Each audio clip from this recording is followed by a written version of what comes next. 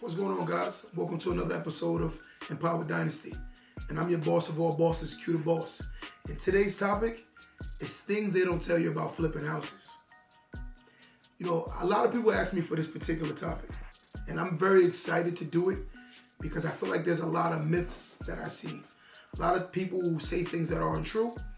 But things I think I've learned along flipping homes, along my process is, I'm going to give you a couple things I call game. Number one. The number one thing I think I had to learn is you need to build relationships. See, the thing about it is this. If I have a great rapport with wholesalers, I have a great rapport with banks, and I have a great rapport with investors, you tend to get better deals. So therefore, again, let's say a property is on the market for $200,000. By the time the person without relationships get it, it might be marked up $350 because of the fact they don't have relationships. So people middleman the deal so many times that by the time you get the deal, it's extremely stepped on. So now you're not really getting the profits because of the fact that the profits already are garnished or taken away. So now I've learned that the relationships matter the most because the people with the best relationships tend to get the better deals. So again, number one is having great relationships. Learning the key players as far as investors. Learning the key players as far as real estate agents. Learning key players as far as, let's go wholesalers. Learning key players as far as people that just have great relationships with the community and people who are looking to sell. So therefore you're able to get certain deals that the average guy can't get. So you're kind of knocking out the middleman in a sense by having great relationships. But a lot of people don't know that the relationships are very, very vital. You can have the knowledge of the real estate game, but not understand that the relationships matter the most. Because I'm gonna say this again. If a deal is $300,000, let's say ARV. ARV means after repair value. Let's say the ARV for this property is $500,000. The lower you get it, the better, of course, but also you have to equate the amount of expenses that it takes to fix it. So let's just give a logistics or a breakdown of numbers. Let's say the property is, say you quoted at $250. Let's say the after repair value is $500,000. But let's say this property, so between $250 and $500 is $250,000. But let's say this property needs $100,000 worth of work. So if you need $100,000 worth of work, that'll automatically bump you up from $250 to $350. But you also got to equate carrying costs, taxes, and regular expenses with your real estate agent, listing, all of these things. So let's just say after everything, you walk away with 80 to 100K, clean and clear, but also understanding that the extra expenses come from the fact that you're going to have the rapport with the people that get you the better deals. Again, I told you, have a great rapport with your agents, have a great rapport with wholesalers, have a great rapport with investors, and also have a great rapport with just the communities that you're looking to get invested as far as flipping. So therefore, you'll be one of the first lead contacts or lead people. People will hit you up asking you like, hey, I'm trying to sell this property. So therefore, you're actually knocking out the middleman that might get the deal a lot cheaper. Number two, one thing I've learned that a lot of people don't know is money is extremely needed. Flipping homes is a very expensive business. And I'm going to break down a mathematical equation. Let's just say we're using hard money. Hard money is a lender that usually lends based on your credit, based on your experience. So let's just say you get into using hard money. Banks tend to not fund these deals. And the reason why banks don't fund these deals is because banks don't get into things that need work. They usually come in after the work. So banks are usually like the record label for an artist. They come in when things are already hot, So what I'm trying to say is now you take this bank, rather a hard money lender.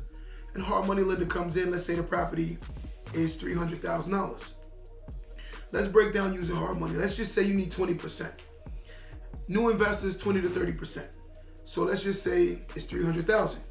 So 20% of every $100,000 is $20,000. So right there you at $60K for the $300,000 asset that you're trying to acquire.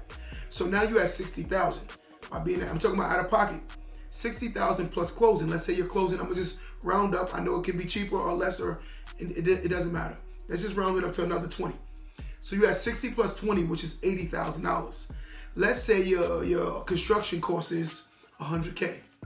Depending on how you do it, either A, you can do something called another loan, a bridge loan to pay for that, or B, you can use the money out of pocket. I tend to use my construction out of pocket. therefore lowering my expenses, gaining more profit if I use hard money. So let's just say I got $100,000 worth of expenses as far as repair. Now I'm at 60 for the initial 20% down, $20,000 for the closing costs, and then $100,000 for the construction. All in right there, I'm at $180K. To further it, you also have to equate something called carrying costs. When you take out hard money, you have a loan. And by having a loan, that means you have a mortgage. And by having a mortgage, that means you have other expenses that's not equated for, as far as also the investment part, also the construction part. So every month, let's just say your mortgage is an additional $3,000. Let's say you carry this property for 10 months. So on top of the 180, you have an additional $30,000, which will bring you to a round figure about $210,000 out of pocket. This is the thing that people don't talk about when you're doing a flip. It gets very expensive, but money is extremely needed in order to acquire these things. I tend to see a lot of people telling you don't need money, how to use other people's money. And I'm going to tell you something that they probably might not want me to tell you. When they tend to tell you that how to flip using other people's money, that's basically like saying, let me see this. That's like, you see what this is? This is a phone. And this phone is based on your contacts. Your contacts is other people's money. Going through your phone contacts and borrowing money from people you know. Most people only invest into situations like that of a very experienced flipper or a person that knows what they're doing. Most people won't lend you money because of the fact that you don't know what you're doing. So when they tell you to use other people's money, it's kind of negating the fact that you need relationships to get this money or this capital to invest. But again, if a person don't know you know what you're doing, most people won't invest in you just because you have a plan or you want to start flipping. So money is extremely needed. Understanding that you need high amounts of capital, and you have to also make sure you think the long term. Because again, I use an analogy, I'll use a scenario based on 10 months. But what if it carries longer than 10 months? What if you're into a house for 2 years? What if you're in a house for a year? Flips aren't always 1, 2, 3. It takes time. But the profits come back after the house is sold. Things usually work its way out long term, but you have to make sure you have the capital to carry yourself longer. That's what we call it carrying. And you have to understand you have taxes out every year also by you carrying this mortgage on this property. Once you take on the mortgage, you take on the responsibility of the mortgage and also the taxes and the sustaining and maintaining the asset, which is the property. Number 3, location is key. Building rapport in the area and learning the value of a 4-bedroom, 5-bedroom, 6-bedroom, and also understanding square footage is very valid. A lot of people don't see that as understanding the value. They just look at things online and they don't know the area. So again, you might be a New Yorker looking at Chicago to flip. I think you should really know the rapport of Chicago before you start branching out or just putting your money to a location that you really don't understand the area. Sometimes comps can be outweighed or misfigured or miscued. So sometimes you got to understand that comps don't necessarily mean comps, meaning the area's value. The area's value for the most part. You know, a lot of people don't see that maybe this area is bad. Sometimes, like zoning, when you're dealing with zoning, 1 block off can literally change. And sometimes it could be the next door neighbor house. It could be like literally one house that could be zoned in a different area for a different school district. And that can change your whole value of your area. Learning your school districts, learning the violence in the area, learning everything as far as the neighborhood that you're trying to invest in. So when you're trying to invest, knowing your location is prime because of the fact that you need to know where you invest in your money. You have to know it simply to the back of your hand and understand what's the location and knowing what it is and what it's about as far as where your money's going. And a lot of people don't look at it that way because of the fact that they say, oh, I see people looking online, or I can start flipping in North Carolina. And I'm like, listen, you have to really know the area. Location, location, location. Location is very vital as far as this flipping and investing your money in it, because you need to know where you're investing your money. Number 3,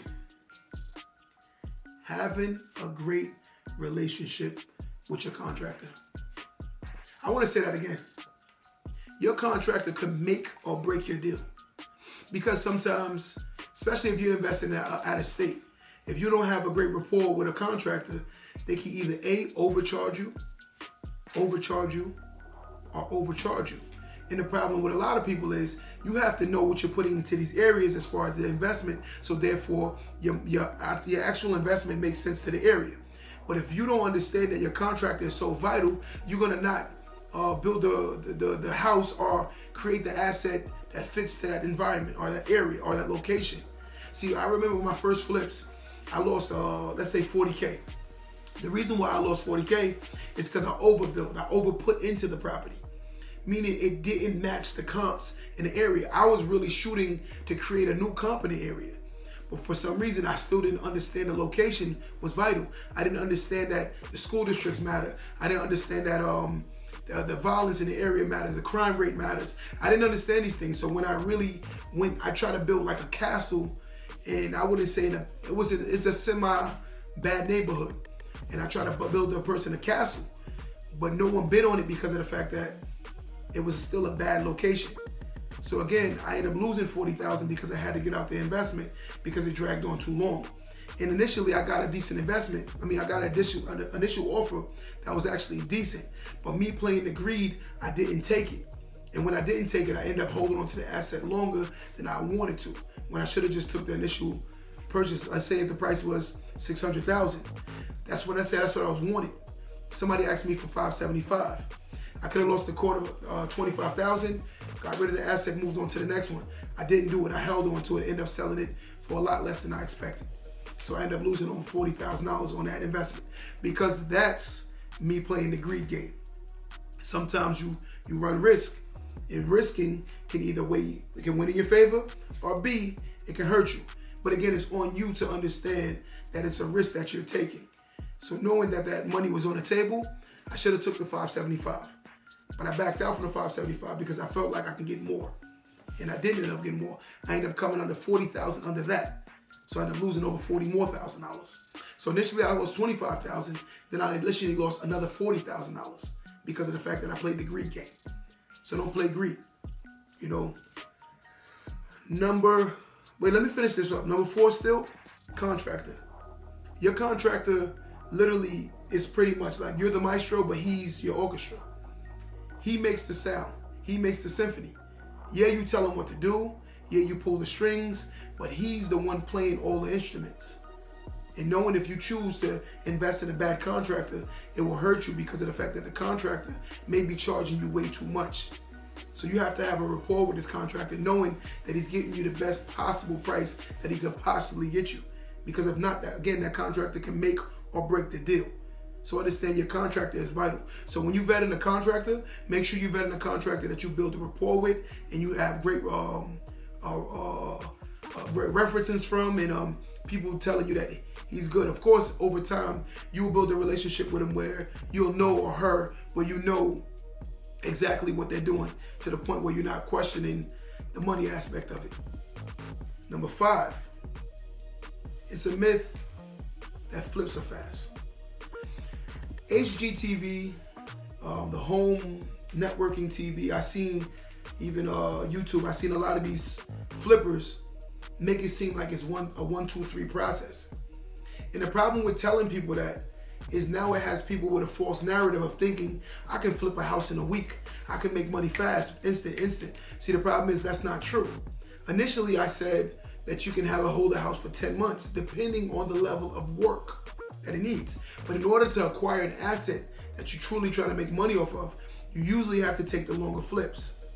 And the longer flips are the ones that give you great returns. And the reason why they give you great returns is because it's more decapitated, it's more distressed, it's more horrible.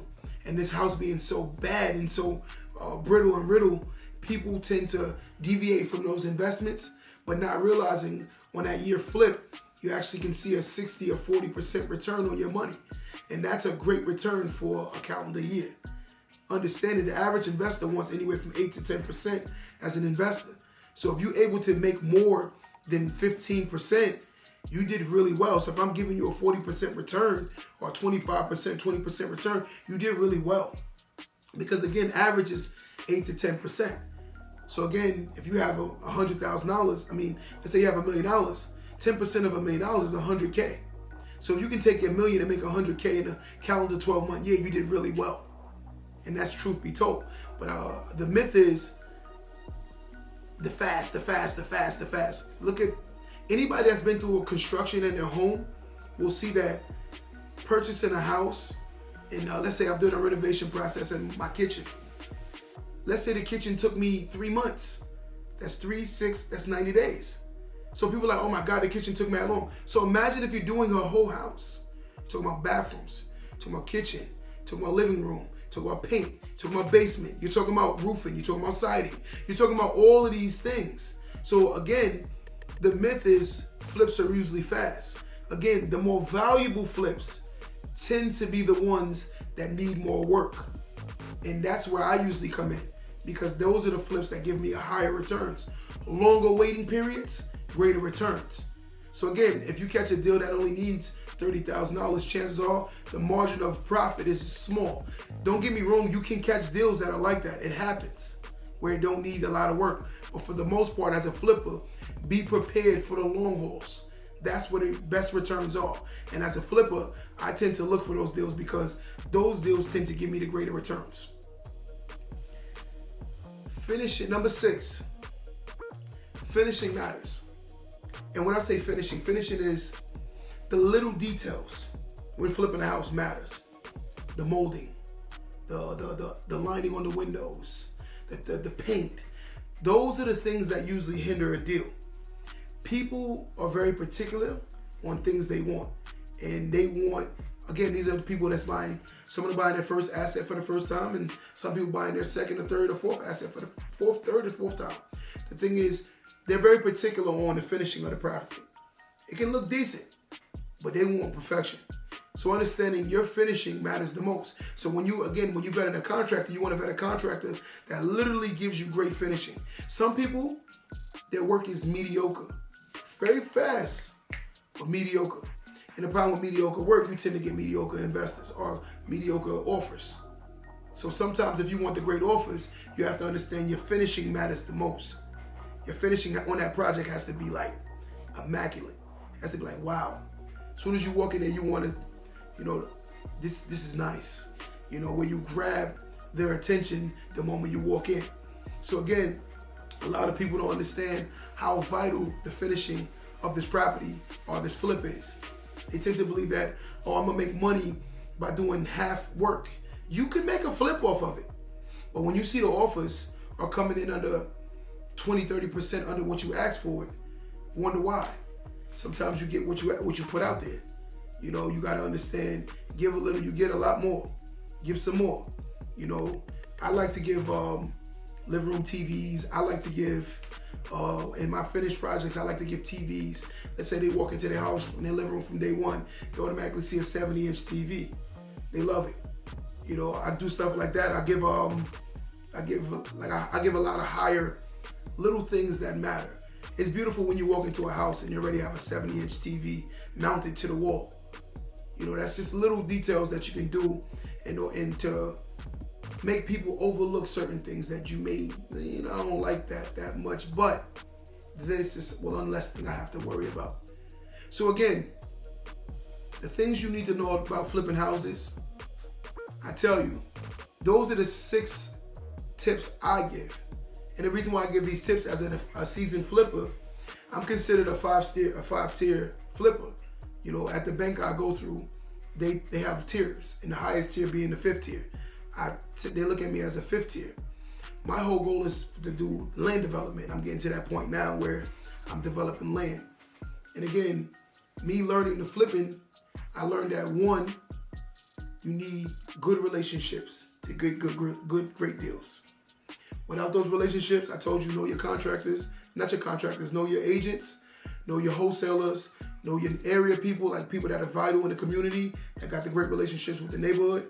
And lastly, know your investors. You want to have a great relationship with investors in the area so you can understand what's going on, whether it's rezoning, whether it's what's to come, coming attractions. That's what gives you value in your areas too, coming attractions. Number 2, money and capital is extremely needed in a flip. Whoever told you that it's not needed or you can use other people's money, that's based on the phone contacts and friends that you in relationships you built based on your borrowing power. If you can't borrow, there's no way you're going to use other people's money. Number 3, location, location, location, location. Location is key. Knowing your area, based on the area that you're trying to invest in, do a very deep dive and research into understanding the area that you're putting your money into. You don't want to just look online and be like, hey, I'm gonna invest in Fairville, North Carolina. Yeah, it looks good online, but did you see what's around it? For all you know, for the next 30 years, nothing might come around that area. They might not be building anything there. There's no common attractions. So why would a person that's trying to live somewhere really want to buy there, because there's nothing there? It's in the middle of nowhere. So again, know what you're putting your money into. You know. Number 4, knowing your contractor is vital. Having a great contractor can, again, make or break your deal. If you choose a contractor, you want a very professional guy who's very, the word you really want is very transparent. You want them to talk to you straight, not in riddles, not in, oh, this might be. You want a contractor that's very good with his numbers. When he's asking you what things cost, you want him to know. You don't want him to say, let me figure it out. That's a guy that tends to not know exactly what he's doing. He's winging it. You don't want a guy like that.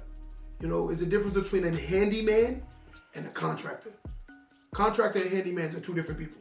Handyman is the guy that can fix everything, but he doesn't have the skill to follow a task all the way to finished product. He can do things in stages. He can do a bathroom. He can do a kitchen. Sometimes I realize investors tend to bring on handyman and they expect a handyman to do what a contractor is. But a handyman and a contractor aren't the same. Let's get that straight.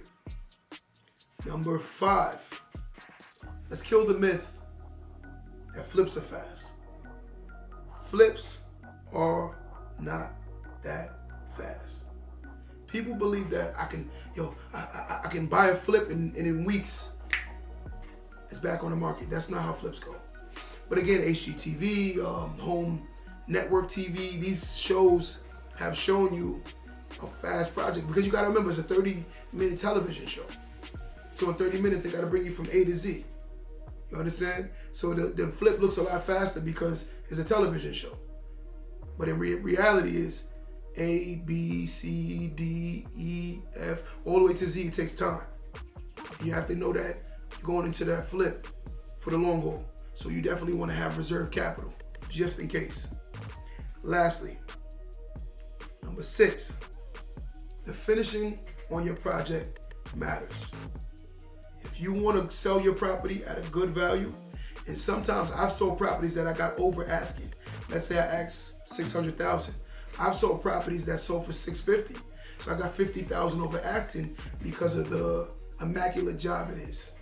You know, just keep that in mind. And also know the areas that you're putting your money into, where you don't overbid yourself or over put too much high-end finishes. So now you're not able to get the returns on your money because it's too high-end for the area.